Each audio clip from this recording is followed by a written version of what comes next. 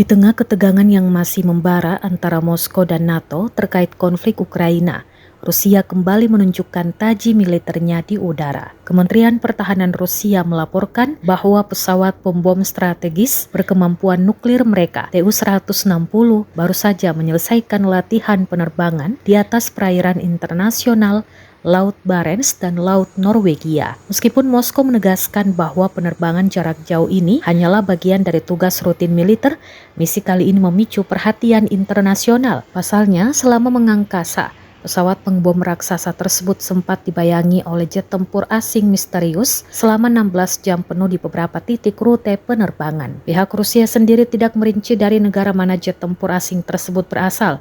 Namun, untuk diketahui, wilayah utara Rusia berbatasan langsung dengan Norwegia dan Finlandia, dua negara yang kini telah menjadi anggota resmi NATO.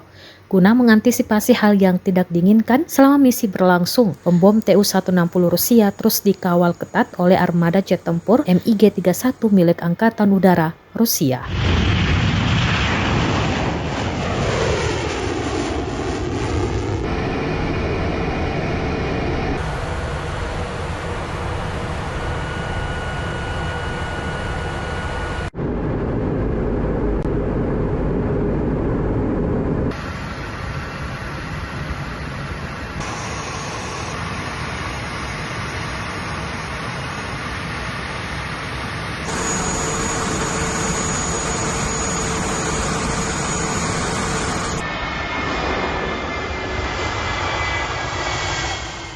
Download Tribun X sekarang, menghadirkan lokal menjadi Indonesia.